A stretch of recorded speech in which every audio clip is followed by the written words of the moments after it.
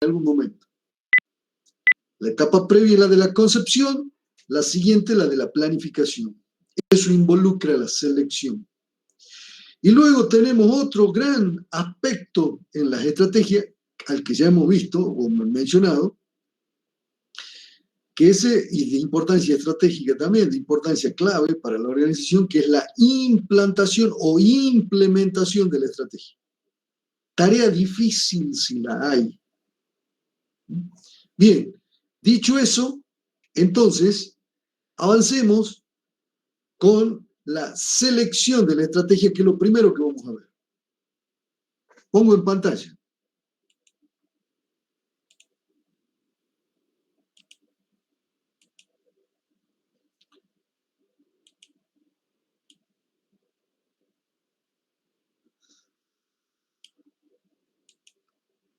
Perfecto, ¿se ve bien allí?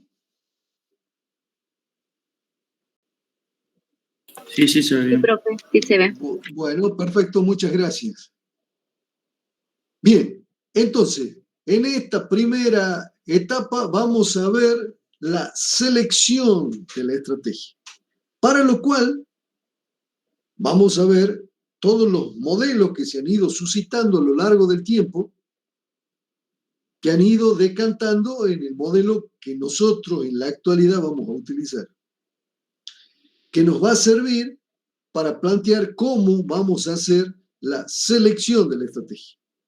Bien, arrancamos entonces. Como objetivo central, necesitamos entender sobre qué base, sobre qué conceptos hacemos la selección y o valoración de las estrategias para planificar.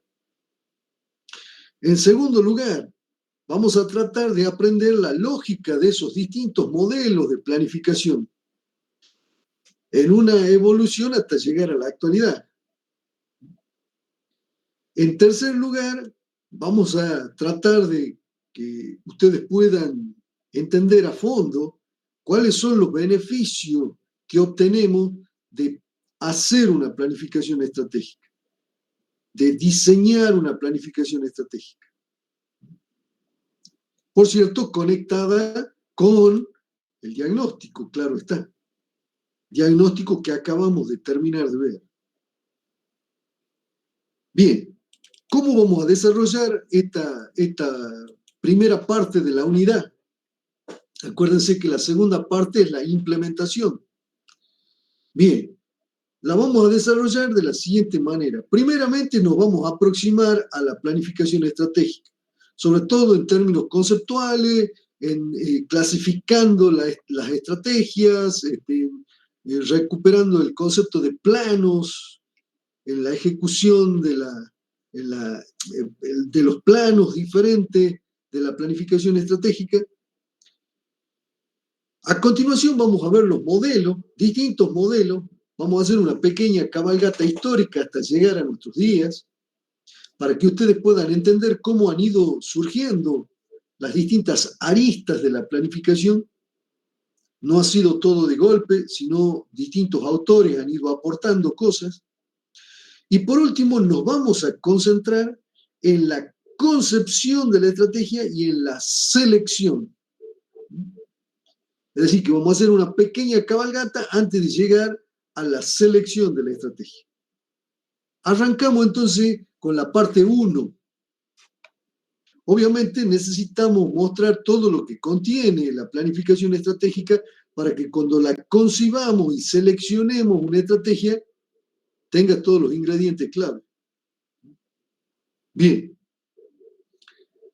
Avancemos sobre la primera, la planificación estratégica. Veamos algunas definiciones. ¿Qué es la planificación estratégica? Aquí están planteados algunos de los autores tal vez más relevantes en materia de estudio de la estrategia. La primera que tenemos allí en la parte superior le pertenece a uno de los hombres tal vez más influyentes hasta casi finales de los años 90, George Steiner. El modelo de George Steiner, con algunas modificaciones, Es lo que vamos a utilizar en la actualidad. George Steiner, a finales justamente del 79, escribe aquí un manual que será el manual de referencia de la planificación estratégica por casi 20 años. Digo, para que ustedes calibren la importancia de este norteamericano que se llama George Steiner, este estudioso norteamericano de la estrategia. ¿Qué dice Steiner? La estrategia la define como un esfuerzo sistemático para establecer objetivos organizacionales básicos. Lo primero, entonces, de la planificación para Steiner serán los objetivos. A continuación, desarrollamos las estrategias que serán utilizadas para alcanzar esos objetivos. Eso es para George Steiner la planificación estratégica. En esta definición, si ustedes pueden observar, hay una mezcla de, por una parte, los objetivos bien establecidos,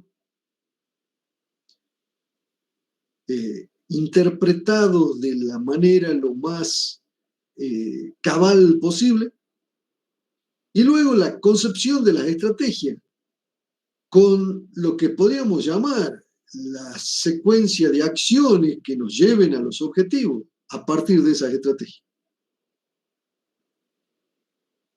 Para Peter Drucker, otro de los grandes estudiosos de las organizaciones del siglo XX, tal vez uno de los más prolíficos, hasta no recuerdo si murió en el 2003, 2004, por ahí Peter Drucker estuvo escribiendo hasta los casi 90 y pico de años. Tiene una vastedad de libros, de artículos que es impresionante. Bueno, ¿qué dice Peter Drucker de la planificación estratégica? Fíjense cómo la encara. Dice, pensar la misión de la empresa. Arranca inclusive antes de los objetivos. Se pregunta por la misión. Preguntarse cuál debería ser el negocio. En términos actuales diríamos cuál es el modelo de negocio. Entonces, pensar la misión y pensar cuál debería ser el negocio conduce a fijar objetivos. Por eso les contaba que arranca antes de George Steiner. Desarrollar estrategias y planes, que está implícita en la definición de Steiner, pero en la de Peter Drucker se hace explícita. Y hacer que las decisiones de ahora se vuelvan resultados de mañana. Miren qué interesante la forma en la que plantea Peter Drucker, que escribe muy bien, por cierto. Peter Drucker es un austríaco, pero nacionalizado norteamericano. Se va de Europa en la década del 30, cuando estaba toda convulsionada por el nazismo. Bien, planificación estratégica. Pensar la misión de la empresa, preguntarse cuál debería ser el modelo de negocio asociado a esa misión, y sobre esta base fijar los objetivos, desarrollar estrategias y planes, y tomar las decisiones que en el mañana se transformen en el resultado. Interesante definición, como verán. En tercer lugar, un gigante del estudio de sistemas, que por cierto es uno de los inventores de la investigación operativa, Russell Ackoff. El manual de investigación operativa de Russell Ackoff fue utilizado hasta bien entrados los 70. Duró casi 20 años, desde que arrancó a comienzos de los 50 la investigación operativa formalizada, inclusive enseñada en carreras de ingeniería industrial. Russell Ackoff desarrolla en Estados Unidos también lo que es la ingeniería de sistemas, que nace asociada a la ingeniería industrial. En muchas universidades norteamericanas todavía se sigue otorgando el título de ingeniero de sistema e industrial, o ingeniero industrial y de sistema. Todo eso se lo debemos a Russell Ackoff, uno de los gigantes del siglo XX. Por cierto, tenía un único defecto Russell Ackoff: era arquitecto. Pero no vamos a hacer ningún otro comentario. Bien, ¿qué decía Russell Lakoff de la planificación estratégica? Él la plantea de una manera muy curiosa, fíjense, dice, diseñar un futuro deseable e inventar las formas de alcanzarlo. Piensa la planificación desde el futuro al presente y no del presente al futuro. Vamos a ver que esto es revolucionario, por cierto. Y plasma las ideas que había en aquel momento en torno a una forma de planificación que se llama la prospectiva. Ya vamos a volver sobre los planteos de Russell Lakoff profundizándolo. Pero retengan este dato. A diferencia de las miradas anteriores de Steiner y de Drucker, en las que implícitamente está la idea de pensamos el presente y lo proyectamos hacia el futuro, Russell Lakoff piensa la planificación de una manera diferente. La piensa desde el futuro para ejecutarla desde el presente. Bien, por último, otro gigante, Henry Mintzberg, ya lo hemos mencionado varias veces, canadiense, Universidad de McGill. Mintzberg tiene un importante aporte para hacer, porque él distingue, y esa es su discusión famosa, ya vamos a ver el tema de los planos, de la estrategia, es su discusión famosa con Igor Ansoff, a quien mencionamos también ya al comienzo, en las primeras clases, como el ruso que desarrolla la estrategia en el Carnegie Mellon, la teoría de la estrategia, y fundamentalmente, antes de George Steiner, el otro gurú era Igor Ansoff. Está entre los fundadores de los estudios de planificación estratégica, Igor Ansoff. Y Henry Mintzberg se cruza con Igor Ansoff. Para Ansoff, la planificación estratégica era sinónimo de estrategia. Y aparece Henry Mintzberg y hace una distinción, esta que está planteada ahí. Dice, la planificación estratégica no es pensamiento estratégico. Una es análisis, la planificación. El otro es síntesis. Para Mintzberg había una diferencia importante entre planificación estratégica y pensamiento estratégico. Él prefería que no hubiera planificación por escrito, pero sí pensamiento estratégico, visión estratégica. Esto es altamente pertinente en una pyme, donde cuando uno llega no hay planes estratégicos, pero el dueño empresario sí tiene visión estratégica. En algunos casos están ambas cuestiones. Es muy importante que además de la planificación estratégica haya pensamiento estratégico. ¿Está? Entonces, de estas definiciones tenemos distintos elementos que podemos rescatar. En la mirada más clásica, es decir, en una mirada proyectiva del presente hacia el futuro, la planificación estratégica es una acción deliberada, sistemática de una empresa en la que se fijan objetivos, en algunos casos inclusive partiendo de más atrás, la misión, la visión y el modelo de negocio.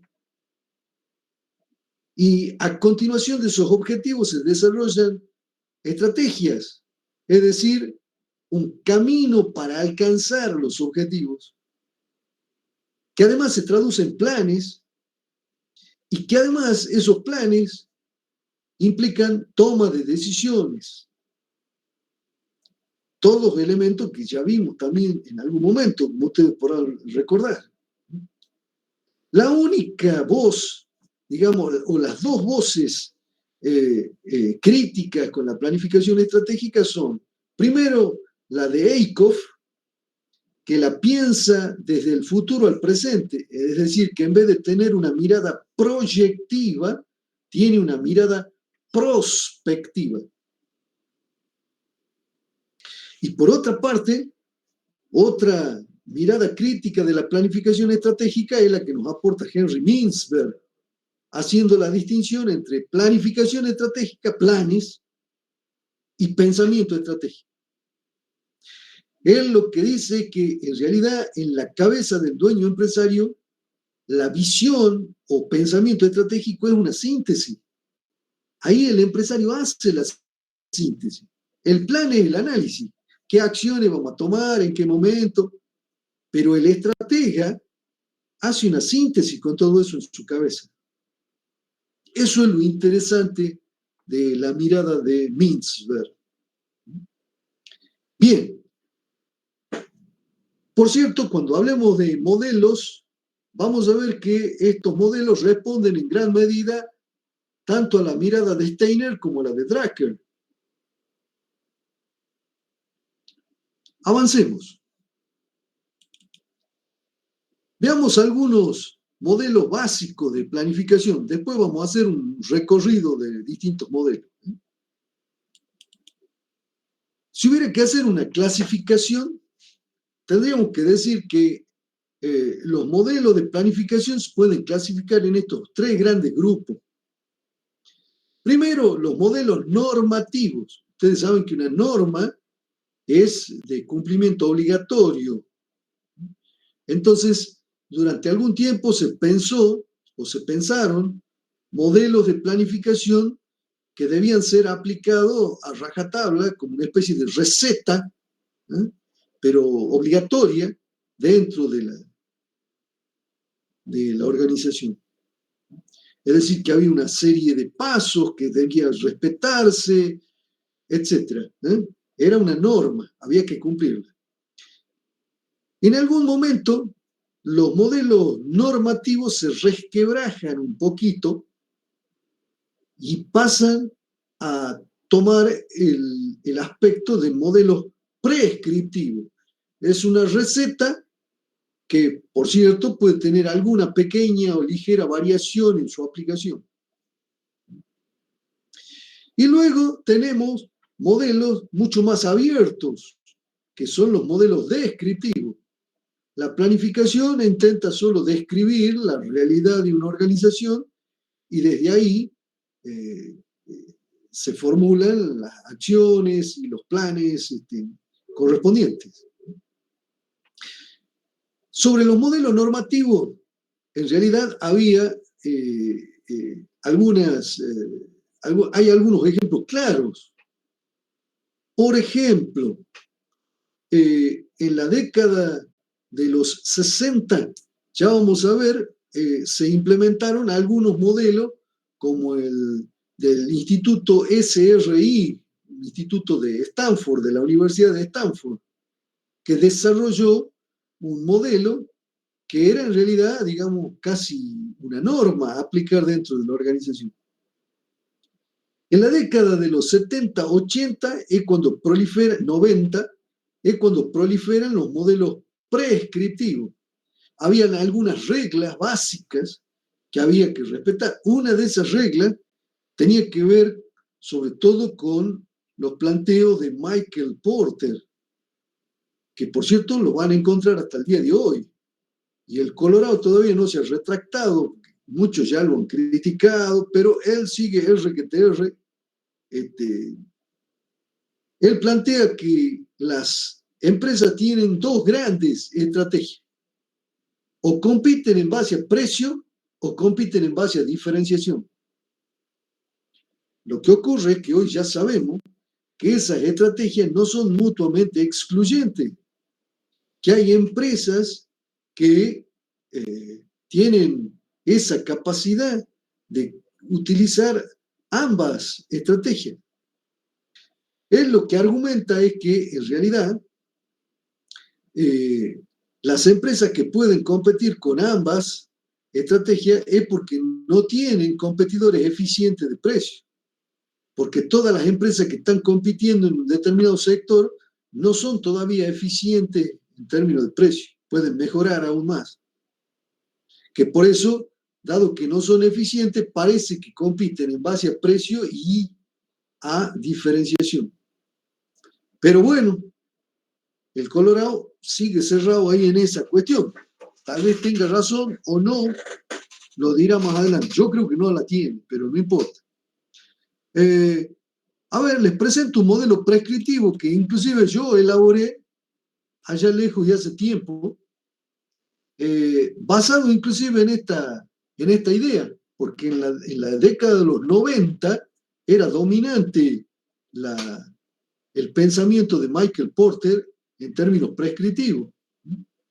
Entonces, por ejemplo, acá, o la empresa elige desarrollar ventajas competitivas en base a costos, o elige desarrollar ventajas competitivas en la diferenciación del producto. Ambas son distintas alternativas.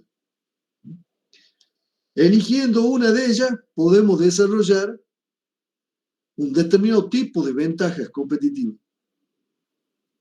Repito, esto es prescriptivo, es como una receta. Puede tener algún grado de variación. Este modelo prescriptivo está basado en recursos y capacidades. Yo creo que ya lo he comentado anteriormente al modelo. Los recursos y capacidades, a través de los recursos, específicos, a través de las rutinas se transforman en capacidades. Esas capacidades tienen que desplegarse en un entorno que tiene una doble naturaleza. Por una parte, ese entorno tiene un nivel sectorial y en segundo lugar, esas capacidades se desarrollan en un nivel micro cercanos a la empresa. En este nivel micro es donde la empresa puede desplegar sobre la base de estas capacidades o ventaja de costo o ventaja de diferenciación, siguiéndolo a Michael Porter. Por cierto, el despliegue de esas capacidades en estos dos entornos me conduce a desarrollar las estrategias competitivas. Esas estrategias, cuando son las adecuadas, me permiten obtener resultados en términos de competitividad. Que creo que comentamos ya que la competitividad es la capacidad de competir exitosamente contra otros rivales y se refleja a través de la cuota de mercado. Bien, esto es un modelo prescriptivo, como ustedes verán. Hay una receta de qué elementos son los que hay que considerar para articular la estrategia, para diseñar la estrategia. Entonces esto es prescriptivo, que está a caballo entre los normativos y los descriptivos. Está al medio ahí. Bien. También cuando hablamos de la estrategia, de que es muy importante diferenciar los distintos planos. Nosotros, por ejemplo, nos vamos a encargar de hablar de la planificación y en algún momento de la implantación o implementación de la estrategia. Por cierto, algunos autores le han dado tratamiento conjunto a la planificación y a la evaluación o control. Uno de esos autores se llama Robert Anthony, norteamericano, década de los 60. Ya vamos a ver el modelo de Anthony. Anthony incorpora por primera vez el concepto de control a la estrategia. Algo que hoy nos parece normal, pero que no era normal en la década de los 60. Es un aporte muy importante el que hace Anthony ahí. Pero Anthony se come la implementación. No le da importancia a la implementación. Lo mismo que Igor Ansoff. Hasta que aparece Mintzberg, que dice, no, la implementación es un plano muy importante de la estrategia. No es un plano menor, es un plano crítico.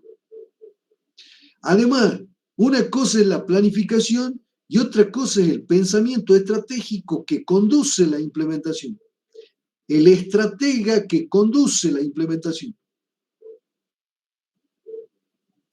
Por eso es tan interesante esta distinción de plano que ya la hemos visto, pero que me gustaría refrescarla, porque tiene que ver con la planificación, con entender cada vez mejor el espacio de maniobra propio de la planificación, que es donde estamos parados ahora.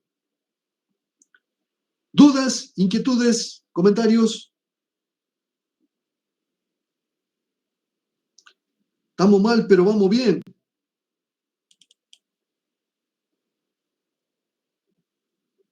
Bueno. Veamos el tema de la estructura de la planificación general. Esto ya lo hemos visto también, es para recordarles. La planificación estratégica es lo que está dentro de este cuadrado en línea punteada. La planificación estratégica puede tener niveles, como ya vimos. Y estamos señalando el nivel estratégico, por ejemplo, de una unidad estratégica de negocio.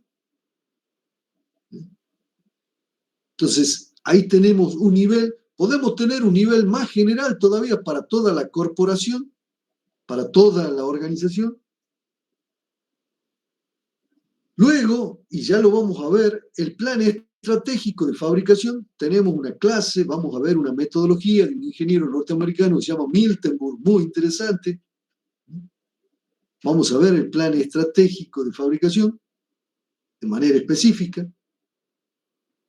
Y también lo integra el plan de ventas y operaciones, que vamos a ver más adelante. En otras palabras, lo que quisiera destacar es que la planificación estratégica, que estamos viendo ahora como unidad de análisis, también tiene niveles y que vamos a ver esos niveles. Nosotros acá nos vamos a ocupar de la planificación a nivel de negocio o a nivel de la corporación. Pero más adelante vamos a ver el plan estratégico de fabricación.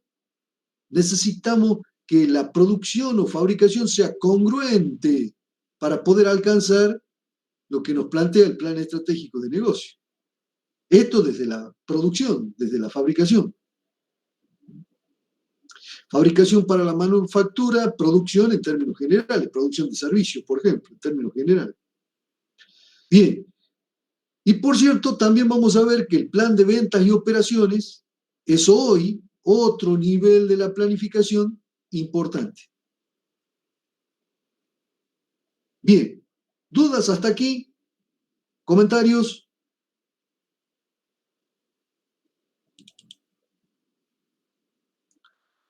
Bien, entonces como verán hemos hecho una pequeña cabalgata conceptual de la planificación. Ahora vamos a hacer otra cabalgata de tipo histórica. Fíjense todos los modelos que vamos a tener, vamos a tratar de revisar para poder entender los modelos actuales de planificación. Bien, comenzamos con el modelo del SRI, que es el Stanford Research Institute. Es un instituto de investigaciones de la Universidad de Stanford, que por cierto fue pionero en un montón de cosas. Ahí, por ejemplo, se inventó el ratón, el mouse. Lo inventaron en el SRI. Creo que lo vendieron por $40,000 a Apple Macintosh, porque no sabían todavía cómo aplicarlo. Y por supuesto, hoy todo el mundo usa ratón, imagino. Este instituto de investigaciones hace investigaciones, entre comillas, duras y blandas. Entre las blandas, todo lo que tenga que ver con las organizaciones.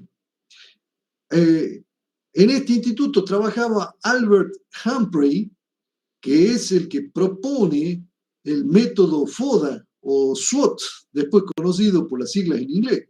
En este instituto trabajaba. Como verán, un instituto importante, de enorme predicamento.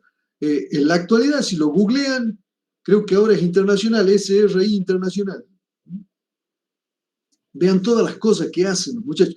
Les conté lo del ratón como una de las cosas. Han hecho numerosos aportes a la tecnología y a la ciencia en el SRI y también a las organizaciones. Bien. Avancemos. El primer modelo, el del SRI. Bien, para arrancar, el plan estratégico en el Stanford Research Institute, el modelo de esta institución, es sinónimo de un conjunto de planes que están totalmente integrados en términos de sistema. La primera distinción que vamos a encontrar en el planteo estratégico o en la planificación estratégica del SRI es que separa o distingue, más bien que separa, el plano de lo que podríamos llamar la gestión estratégica empresarial de la gestión operacional. Entonces, primera distinción importante en esa época, por cierto, eso resulta absolutamente novedoso. Ahora nos parece lo más normal que distingamos entre la planificación y la ejecución, entre la planificación estratégica, la planificación operacional y la ejecución. Bien, primera distinción entonces importante. Segunda, fíjense lo que involucra para el SRI el desarrollo corporativo, que es el primer plan, este que tenemos acá adelante. Este plan sería el equivalente a la planificación estratégica en nuestra jerga actual. ¿Qué engloba ese plan de desarrollo corporativo o planificación estratégica? Fíjense, una mirada muy vinculada a la finanza, la inversión. En segundo lugar, la diversificación de la empresa. Diversificación que podía estar vinculada tanto a actuaciones de naturaleza accionarial, es decir, por ejemplo, plan de fusiones, plan de adquisiciones de nuevas empresas, o la diversificación vinculada a un plan de investigación y desarrollo. En aquel momento, estamos hablando de la década de los 60, fíjense, se pensaba que para poder desarrollar, por ejemplo, nuevos productos, además, fíjense que el SRI, a todo esto, está muy vinculado a un lugar que todo el mundo me parece que ha escuchado hablar, que se llama el Silicon Valley. Allí conocimientos de investigación, inclusive cercanos a la frontera del conocimiento, se trataban de poner en valor por empresas que terminan siendo grandes empresas a escala mundial. Hewlett Packard, Intel, hoy Google. Bueno, todas las grandes empresas desarrolladas allí. Ya en esa época ya estaba creado el Silicon Valley. El Silicon Valley arranca en la década de los 50. La Universidad de Stanford, sobre todo, aunque también la de Berkeley tiene alguna contribución, allí en Palo Alto desarrollan este campus, prácticamente dentro del campus de Stanford, se desarrolla el Silicon Valley. Bien, por lo tanto, caracterizada la época, fíjense que un plan de investigación y desarrollo parecía altamente pertinente para las empresas ya en aquel momento. Ahí ese plan podía contemplar hacer investigación básica, generar nuevos productos, es decir, desarrollo tecnológico y nuevos productos, y también gestionar el conocimiento, que podían ser a través de patentes, know-how, ser licenciado, ser vendido, ser comercializado. Entonces, eso de manera pionera, fíjense, es lo que implica un plan estratégico allí para el SRI. En cuanto a lo operacional, fíjense que el SRI plantea que a nivel operacional se debía disponer también de un conjunto de planes, como por ejemplo un plan de marketing, un plan de producción, un plan de producto, o ingeniería de producto, un plan financiero, un plan de administración. Estos 5 planes eran los planes básicos que debía tener una empresa para desarrollar eficiencia operacional. Bien, entonces, resumiendo, el SRI plantea por primera vez una división entre lo que podríamos llamar planificación estratégica y planificación operacional. Primer detalle. Y por primera vez se plantea, para el caso de la planificación estratégica, un conjunto de herramientas, en gran medida, muchas de ellas pensadas desde la inversión, y otras pensadas desde la generación de conocimiento. Esto para el SRI es el puntapié inicial, el formato. Yo les contaba que este formato era casi normativo. Había que tener un plan de inversiones, había que tener un plan de diversificación, había que tener un plan de I+D. De manera mandatoria. Bien. ¿Inquietudes, comentarios?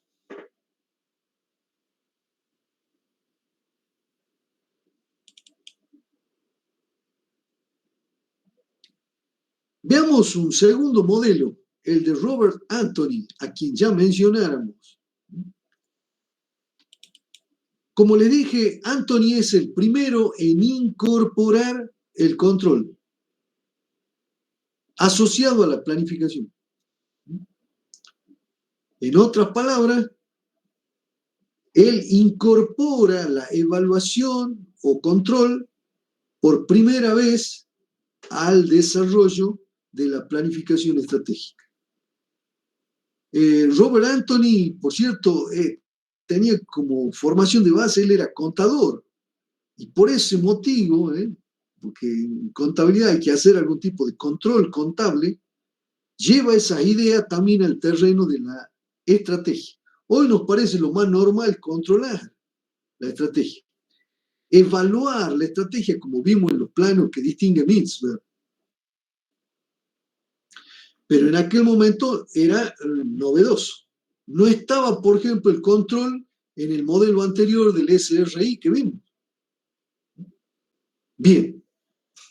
Veamos entonces en qué consiste el modelo de Anthony. Parte de 2 supuestos básicos, como están planteados ahí. Primero, que la planificación y el control están unidos de una manera muy inextricable, muy íntima con las organizaciones.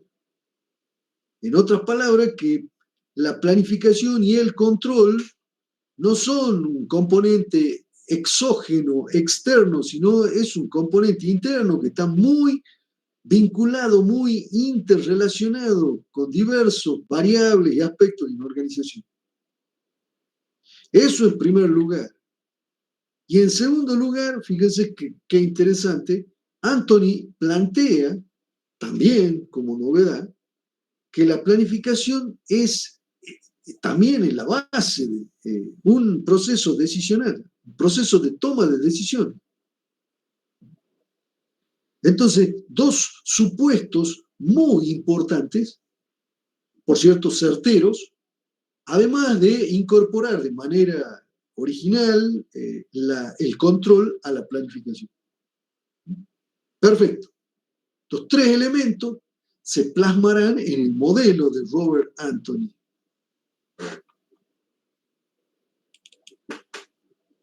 Hablemos del modelo. Cuando hablamos de planificación estratégica, Anthony nos dice, bueno, la planificación estratégica debe tener como contenidos sobre los cuales voy a tomar decisiones lo siguiente. Primero, objetivo de la organización. Como verán, de manera idéntica a Steiner y a Peter Drucker. Objetivo de la organización. Segundo, si habrá cambios en este objetivo, especificar cuáles serán los cambios. porque los objetivos de la organización pueden ser permanentes y yo puedo tener objetivos intermedios, cambios de los objetivos. También tengo que aclarar. Tercera cuestión, recursos. Toda planificación siempre funciona en un marco de recursos limitados.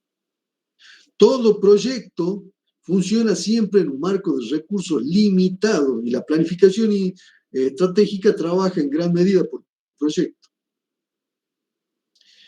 Por último, las políticas de distintos tipos, como por ejemplo la compra, la utilización, el uso y o gestión de los recursos de una organización, también forman parte de la planificación estratégica y son también una materia en la cual tenemos que tomar decisiones de naturaleza estratégica. Estos son los componentes que Anthony prescribe que debe tener la planificación estratégica. Bien, avancemos sobre la gestión. Él hace una distinción. Una cosa es planificar, otra cosa es gestionar la planificación. La implementación está implícita en la gestión de la planificación. ¿Qué ingredientes tenemos acá? Y tenemos los siguientes ingredientes para la gestión. Primero, necesitamos que todas las acciones apunten al logro de los objetivos. Es decir, que la gestión de la planificación tiene que tratar de asegurar que estamos alcanzando esos objetivos, los objetivos planteados. En segundo lugar, la gestión también debe obtener los recursos en tiempo y forma. Esos recursos son vitales. Por cierto, acuérdense que él era contador, entonces él piensa que el presupuesto que nos asegure que los recursos están disponibles es una clave. En otras palabras, esta opción que suscribe, que sugiere que toda gerencia debe tomar en cuenta a nivel de la gestión de la planificación, se traduce en un presupuesto, en la mirada de Robert Anthony. Y por último, está el tema de la eficiencia en el uso de los recursos. Acuérdense que yo el otro día les señalé que la eficiencia era la norma de evaluación de las organizaciones y de la gestión de las organizaciones. Robert Anthony no escapa a esa lógica de esa época. Y no es que, a ver, y yo les conté que la eficiencia entonces es una norma que de antemano me permite evaluar si estoy usando o no bien los recursos. Y yo les dije que en un marco de incertidumbre, la eficiencia no es un dato de antemano, sino es un resultado a evaluar a posteriori. Yo no puedo evaluar de antemano si una acción o la gestión de los recursos es eficiente. ¿Por qué? Porque hay un montón de imponderables. Entonces, una decisión no se elige porque es eficiente, una gestión no se hace porque es eficiente de antemano, sino que se hace eficiente porque se elige. Yo elegí esta forma de hacer las cosas y la voy perfeccionando, la voy haciendo más eficiente. Eso es lo que pasa en términos evolutivos en las organizaciones. Organizaciones que operan en un entorno que no es estable ni determinista, sino es más bien probabilístico y de alta incertidumbre.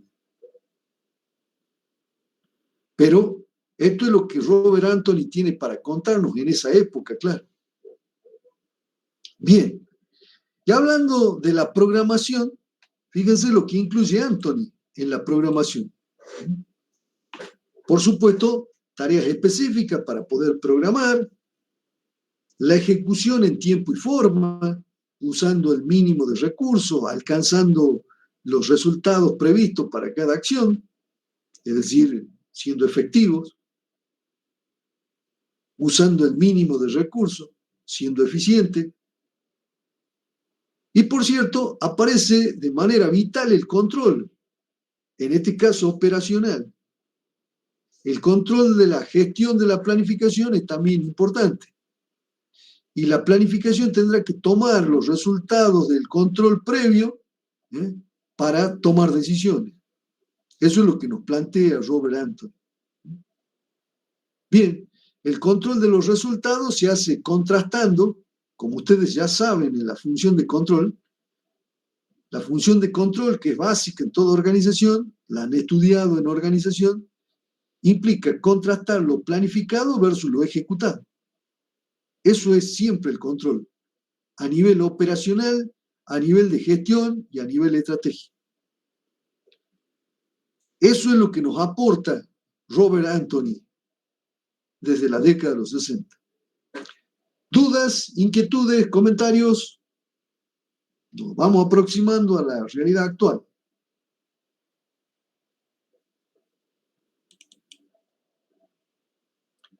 A ver, permítame, vamos a recuperar. Están todos muy calladitos ahí, che. No sé si están escuchando o están viendo la tele. Están ahí, perfecto. Consulta. ¿Cómo operarían ustedes en el control de la producción? Ya han cursado organización. ¿Cómo hacen el control de producción?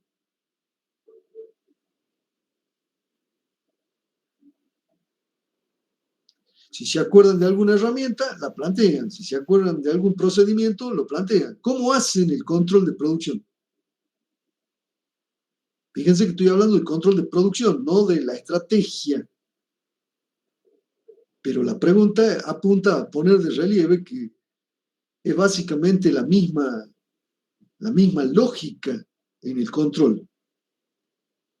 Por eso de vuelta a la pregunta, ¿cómo hacen un control de producción?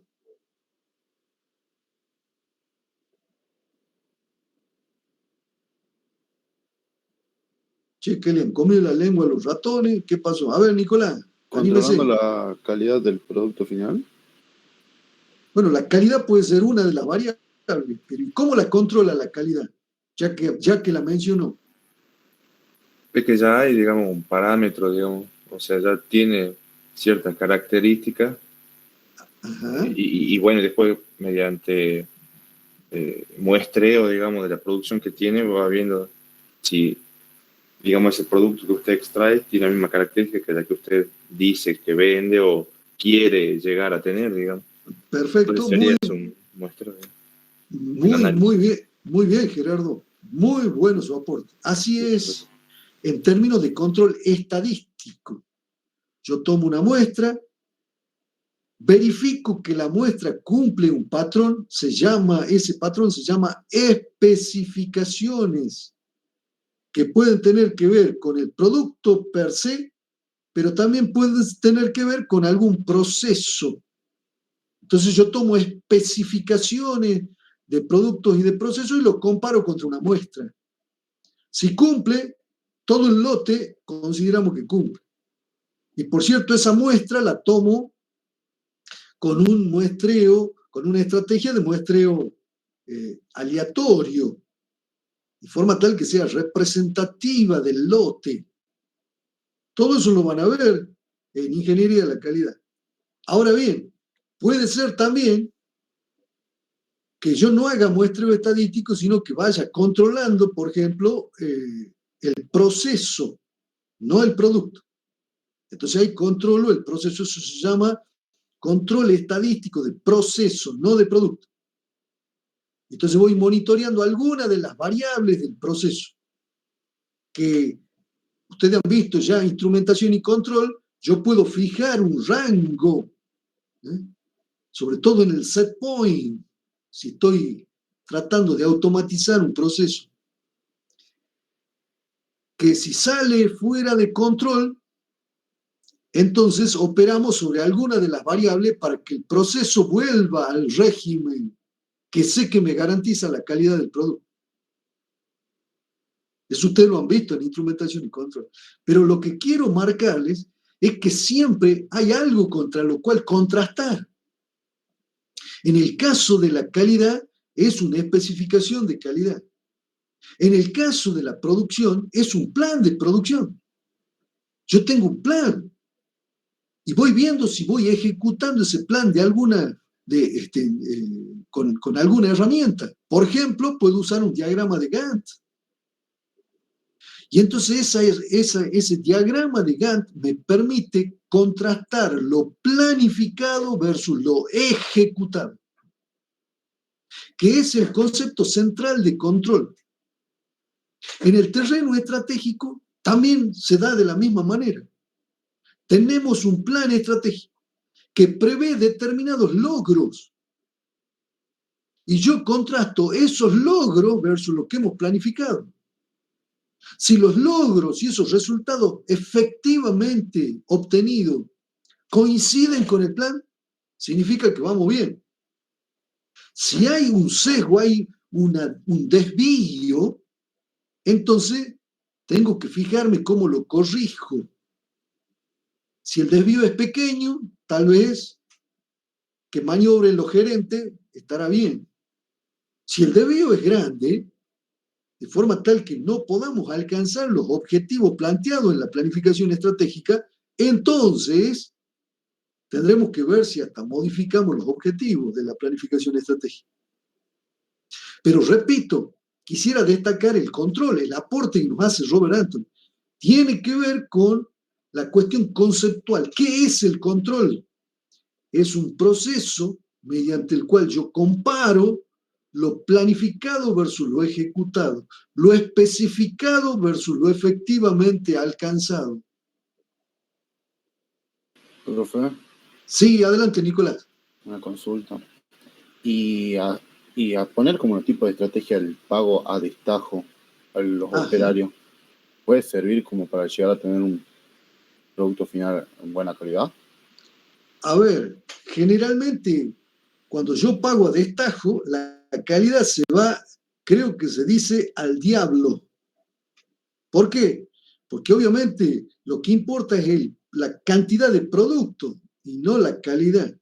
Por más que a veces se fija alguna norma de calidad para rechazar lo que está bien y lo que está mal.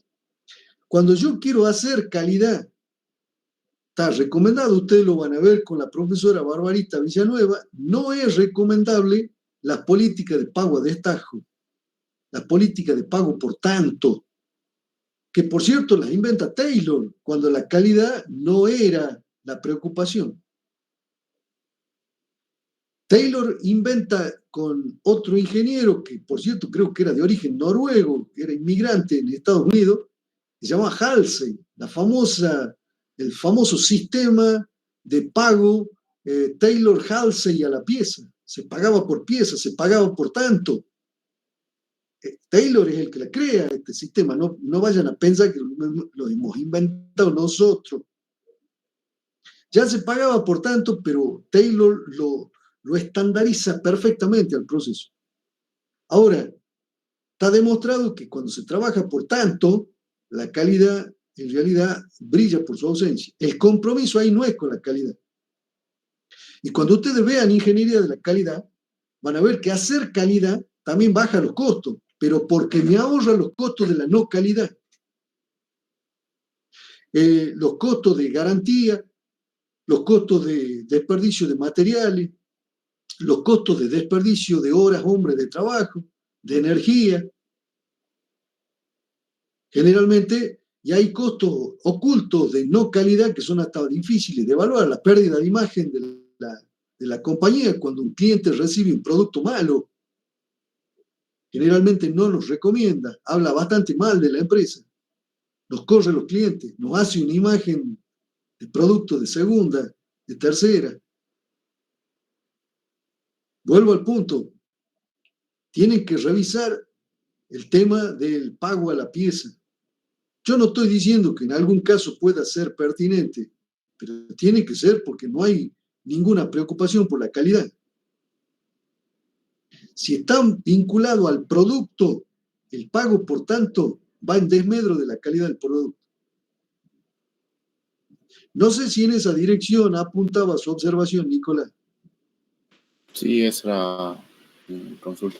Perfecto, pero a ver, un detalle. Cuando hablamos del control,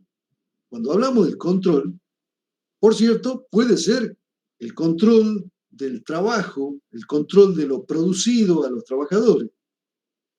Pero en realidad yo no me refiero, ese no es el control de producción. El control de producción verifica cantidades, pero también verifica calidades. Y verifica tamaños del lote, porque podemos planificar la producción para cumplir con los clientes a partir de un determinado tamaño de lote, que no necesariamente es el lote económico que ustedes han estudiado.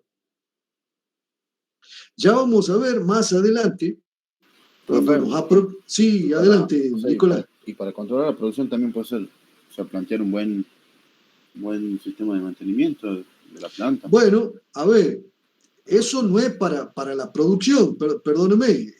Pero en la maquinaria, todo eso que yo estoy, por ejemplo, si obviamente que es importante. Haciendo ladrillo y todo eso, si la maquinaria no me funciona, la producción directamente no me va a dar fruto. Totalmente de acuerdo, pero eso no es control de producción. Eso es control del mantenimiento, que es otra función diferente a la de la producción. No podemos mezclarlo tanto. Es importante distinguir. Por cierto, ya van a ver con la profesora Barbarita Villanueva o con Angélica, creo que en mantenimiento de planta, van a ver el TPM o Total Productive Maintenance. Y claro que es absolutamente importante tener la maquinaria siempre disponible para producir.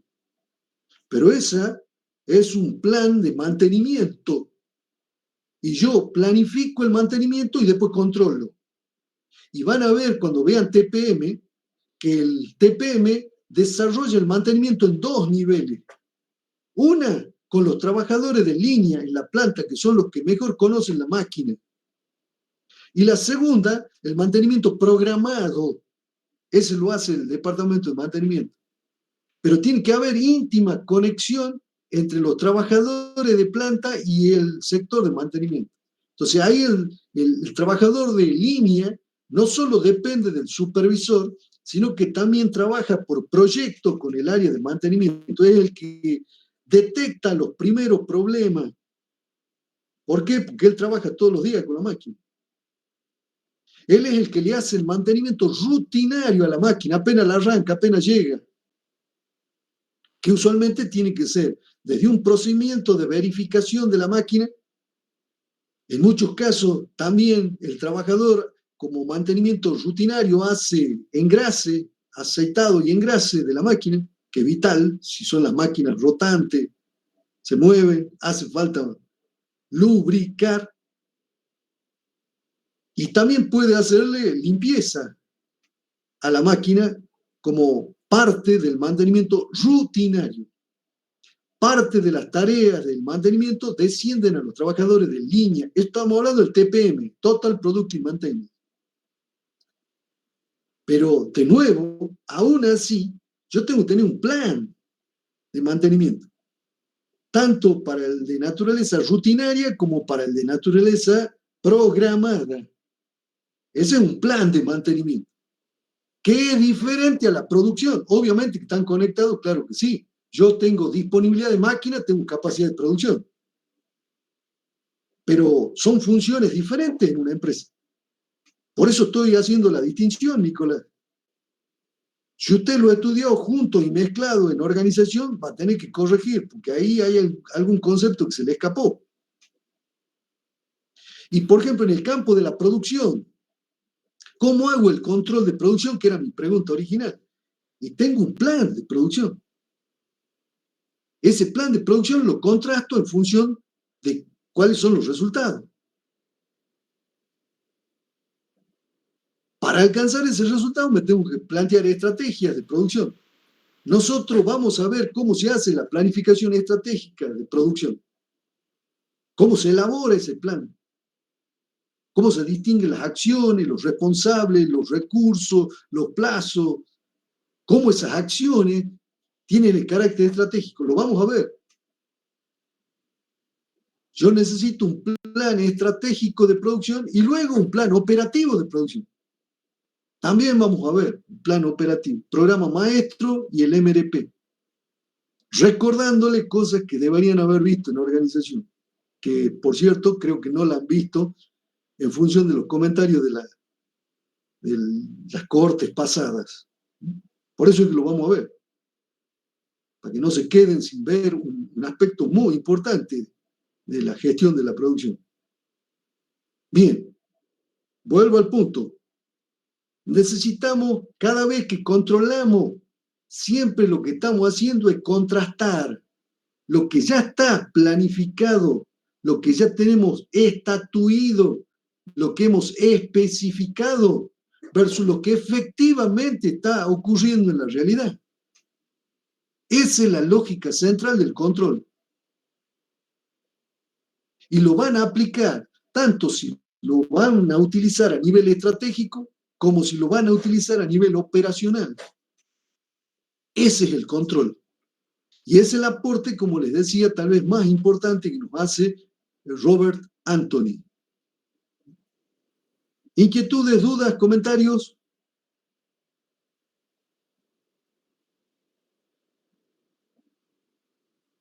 Estamos mal, pero vamos bien. Bueno. Vuelvo a poner en pantalla. Veamos el modelo de Eickhoff, de Russell Eickhoff, que yo les comenté anteriormente.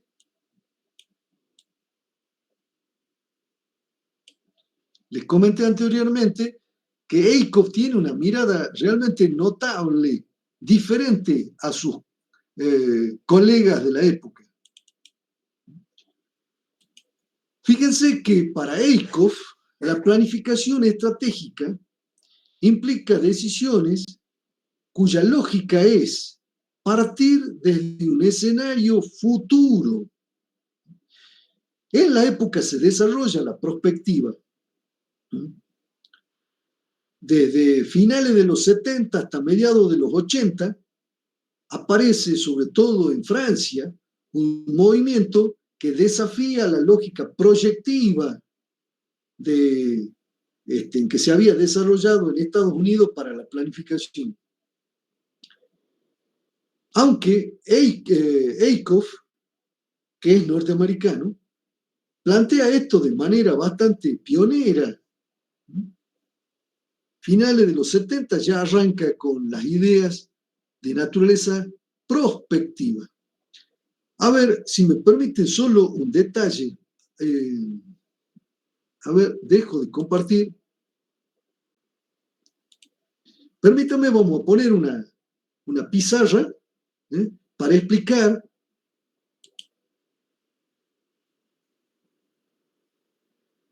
a ver, esta sería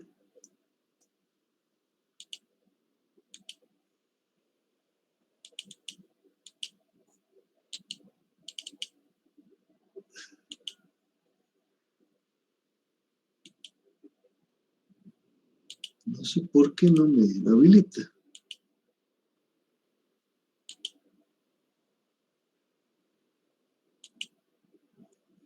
Bueno.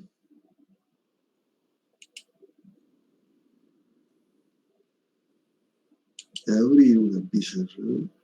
Y ahora esta. No me quiere habilitar la pizarra.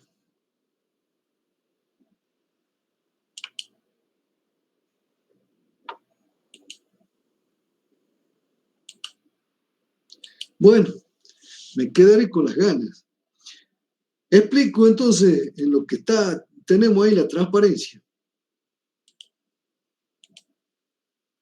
Lo que les quería comentar es que cuando uno desarrolla una lógica proyectiva, lo que hace es revisar los datos del pasado. Trata de entender si hay la posibilidad de seguir alguna senda hacia el futuro, que en lo posible sea de crecimiento, y entonces sobre esa base es que uno proyecta. Supongamos, estudiamos la demanda y vemos que hay un crecimiento de un 10%, y entonces prevemos para el año que viene que vamos a crecer un 10%. ¿Cuál es la suposición de base allí? Que los factores que han afectado al pasado reciente van a estar todavía presentes y van a afectar al futuro relativamente de mediano plazo, como puede ser un año vista. Entonces, sobre esa base opera una lógica proyectiva. En cambio, lo que plantea Russell Lakoff y también numerosos estudiosos de la prospectiva, sobre todo franceses, es que es posible imaginar distintos escenarios de futuro, escenarios posibles de futuro. El futuro no está dado, sino que puede ser construido. El futuro no es una cuestión del destino, sino que engloba distintos escenarios que son posibles. De esos escenarios posibles, elegimos además uno que sea deseable, un escenario futuro que sea deseable y posible. Los franceses llaman a este tipo de escenario, lo llaman futuribles. Esos escenarios deseables y posibles son los que me permiten planificar de una manera diferente. En vez de pensarme yo en el presente y proyectarme hacia adelante, lo que hago es al revés. Me paro en ese futuro deseable y posible y desde ahí pienso qué tengo que hacer en el presente para alcanzar ese futuro. Como verán, una lógica diferente de planificación. Entonces, la primera cuestión que sugiere Russell Lakoff para la planificación estratégica es que la pensemos de manera prospectiva y no proyectiva. Una segunda cuestión es que para poder desarrollar esos escenarios de futuro, necesitamos que participen todos los involucrados. Ya hemos dicho que los vamos a definir como stakeholders, aunque involucrados no significa necesariamente stakeholder, hay una pequeña diferencia, como ya lo hemos marcado. En tercer lugar, que la planificación en realidad tiene una retroalimentación que proviene de cuando implantamos la estrategia. Lakoff ya empieza a marcar lo que después Mintzberg señalará como un plan importante, la implementación. Y por último, para Lakoff, la planificación necesita de una mirada sistémica. Necesita que todas las partes del rompecabezas se las vean de manera sistémica, holística, como se señala allí. Holística y sistémica tienen el mismo significado en este caso. Entonces, para Lakoff, como ustedes pueden ver, la planificación adquiere otra lógica. Se puede usar las mismas herramientas y se puede usar las mismas herramientas, pero lo importante es identificar ese escenario a futuro. No nos da la vida, pero no sé si han visto o les suena el método Delphi. ¿Han alcanzado a ver el método Delphi? ¿Les suena el método Delphi? ¿No lo han visto en marketing o en alguna materia? ¿No? A mí no me suena. Bueno, el método Delphi se desarrolla también en Stanford, ya que lo estamos mencionando. En Stanford, a finales de los 70 hasta mediados de los 80, se desarrolla un proyecto que se llama SAFO, que era un proyecto para tratar de desarrollar herramientas que me permitan estudiar el mercado de productos altamente innovadores. Un ejemplo, en el año 89, Motorola lanza por primera vez a escala mundial un celular. ¿Dónde? Estados Unidos. La FCC, que sería la Comisión Federal de Comunicaciones, que haría las veces de ministerio o de Secretaría de Telecomunicaciones en Argentina, hace una licitación y la gana Motorola. Acuérdense que las telecomunicaciones es un mercado regulado, aquí y en la China, por si acaso. El Estado tiene amplia regulación. Por cierto, acá en Argentina tenemos un problema, y es que el monstruo, el Godzilla, que es la empresa Clarín, con la compra de Telecom ha creado el Godzilla y no quiere que le pongan el cascabel al gato. Le han fijado política y tarifa y, por cierto, no las respeta. Y como tiene complicidad de los jueces, ya ha habido algún juez que le ha fallado a favor. ¿Cuánto cobrará ese juez por bajo la mesa? No lo sabemos, pero seguro que algunos milloncejos son. Jueces corruptos, lamentablemente. Pero vuelvo para atrás. En Estados Unidos, en 1989, se lanza el celular Motorola. Y por cierto, la pregunta es, ¿y cómo hace los planes de producción y los planes de marketing si no existía el celular? Todas las técnicas de marketing son proyectivas, las conocidas hasta aquel momento, por cierto. Pero necesitábamos una técnica diferente. ¿Cómo hacer marketing? ¿Cómo hacer calcular el tamaño de planta? ¿Cómo calcular la producción si es un producto que se lanza por primera vez al mercado? Como verán, un problema algo más que interesante. Entonces, para productos altamente innovadores, no habían herramientas de marketing. Y por eso se crea una herramienta que se llama el método Delphi. Por cierto, tengo una transparencia por ahí. Hoy, ¿hasta qué hora tenemos clase? Perdónenme la... Hasta las 9:21. Hasta las 9 en punto. Ah, tienen razón, 9. Bueno, a ver, les muestro, ya que estamos hablando de la herramienta, permítanme a ver si busco y lo encuentro, para que ustedes se den una idea, y de paso, cañazo, les voy a plantear lo que les estaba queriendo señalar hace un rato. A ver, esto es de otra materia en otro lugar.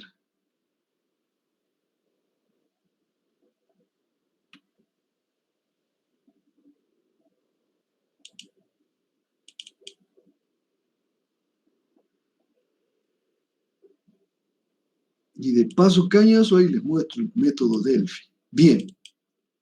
Ya aprovechamos estos minutitos ahí, antes que se nos fugue el tiempo.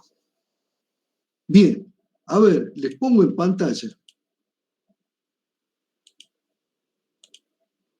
Lo que les quería comentar es esto que está aquí, fíjense. Las técnicas proyectivas lo que hacen es utilizar datos del pasado para intentar establecer una trayectoria. Entonces, estos datos están calculados al día de hoy. Estamos pensando en la trayectoria y de acá proyectamos. Pero el futuro está abierto, no está dado. Ese futuro puede involucrar distintos escenarios. Entonces, un escenario deseable y posible, un futurible, es el que yo elijo y me paro ahí y pienso qué tengo que hacer en el presente para alcanzar ese futuro. Eso es lo que les comenté. Ahora bien, ¿cómo construimos estos escenarios de futuro? Una herramienta es el método Delphi. El método Delphi, que se desarrolla, como les contaba, sobre la base del proyecto SAFO, el nombre está puesto en honor al oráculo de Delfos, que solía predecir el futuro. El método consiste en lo siguiente: hay que armar un cuestionario que es ligeramente diferente al de una encuesta. porque tiene más bien preguntas abiertas que preguntas estructuradas. Y la otra gran clave son los expertos. Por ejemplo, cuando Motorola lanza el celular, hizo previamente un método Delphi. Convocó a todos los especialistas de telecomunicación y sobre todo a aquellos vinculados al sistema científico-tecnológico.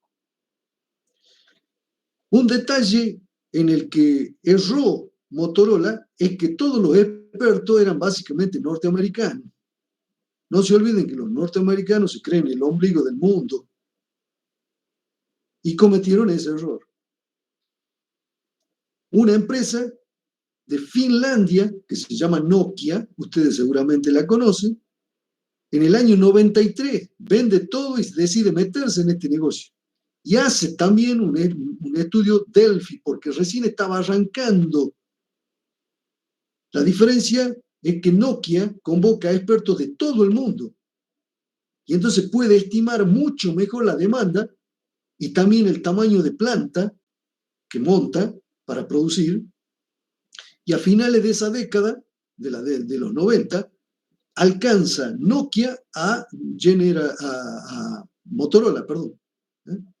Bien, hablemos del método. Entonces, necesitamos diseñar el cuestionario y tenemos que hacer una selección de expertos. Ese cuestionario se aplica.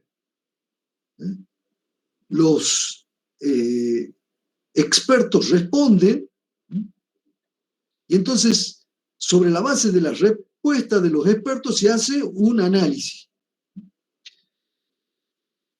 Una vez que elaboramos y analizamos las respuestas de todos los cuestionarios que los expertos han respondido, elaboramos para cada pregunta cuál ha sido la respuesta en términos de una especie de distribución, inclusive señalando cuál es la respuesta central, la que más adhesión ha tenido. A continuación, ese cuestionario con ese análisis se lo administran de nuevo a los expertos para que ratifiquen o rectifiquen su respuesta sobre la base de las respuestas de sus otros colegas, a los que no necesariamente tienen que conocer. En algunos casos, el método Delphi se hace sabiendo quiénes son los otros expertos. Bien, los expertos reciben ese cuestionario con el análisis para ratificar o rectificar y vuelven a contestar.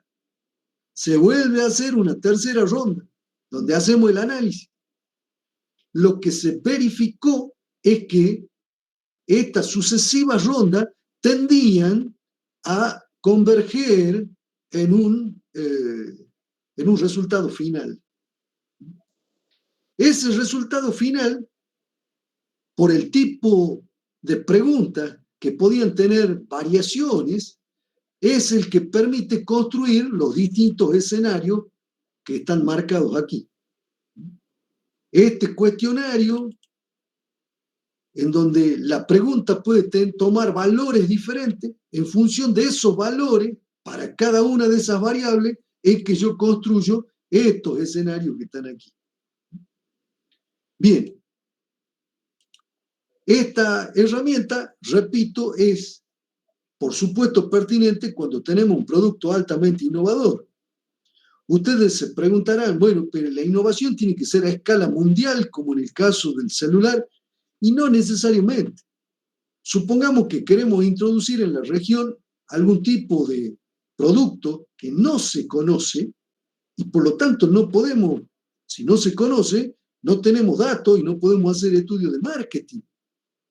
Allí, si hay un grado de novedad importante del producto en una región, perfectamente factible, incorporando los expertos de esa región, hacer y aplicar un método Delphi. Solo dos detalles importantes. El método Delphi se puede aplicar a dos niveles. Se puede trabajar a escala de una región o de un país y se puede trabajar a escala de una empresa. En el primer caso se lo llama macro prospectiva Y en el segundo caso se lo llama microprospectiva. Yo he trabajado en macroprospectiva. Es más, he tenido a mi cargo la Dirección Nacional de Estudio y Prospectiva en el Ministerio de Ciencia y Tecnología. Y ahí hicimos varios estudios de prospectiva. Por cierto, están disponibles en la página del MinSIT. Así que si quieren bajarlo, a alguien le interesa, estos son macroprospectivas. Pero los principios son exactamente los mismos para aplicar a una empresa. La microprospectiva. Hay numerosas empresas que trabajan con microprospectiva. Esa es la que permite ejecutar un modelo de planificación como el que EICOF nos propone, que es establecer escenarios de futuro, elegir uno deseable y posible, y una vez hecho eso, desde ahí planificamos desde el presente hacia el futuro, pero solo estableciendo el futuro. Y repito, esto es altamente pertinente cuando las empresas quieren innovar, cuando quieren cambiar su rumbo, cuando quieren establecer estrategias originales. Bien, no me quiero pasar demasiado, son 21:04. ¿Alguna duda, inquietud, comentario?